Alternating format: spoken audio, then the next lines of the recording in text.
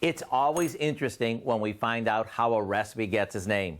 For example, when it comes to today's recipe, chicken a la king, it was said to have been created back in the late 1890s at the Brighton Beach Hotel in Brooklyn, New York.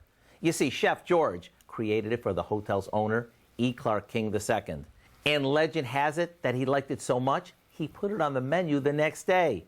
So here's a shortcut version you'll love. We start by sauteing some mushrooms in a bit of butter. Once they're tender, we stir in a can of cream of chicken soup, along with a bit of milk, and a touch of salt and pepper.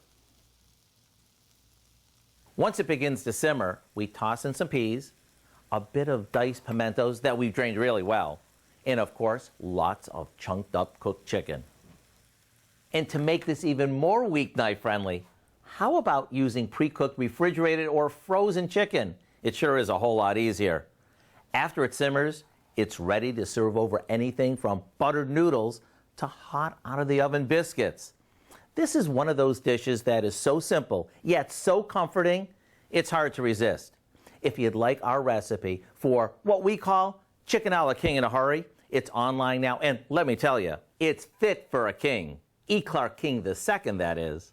I'm Howard in the Mr. Food Test Kitchen, where today we rediscovered a classic dish that'll have you saying, ooh, it's so good.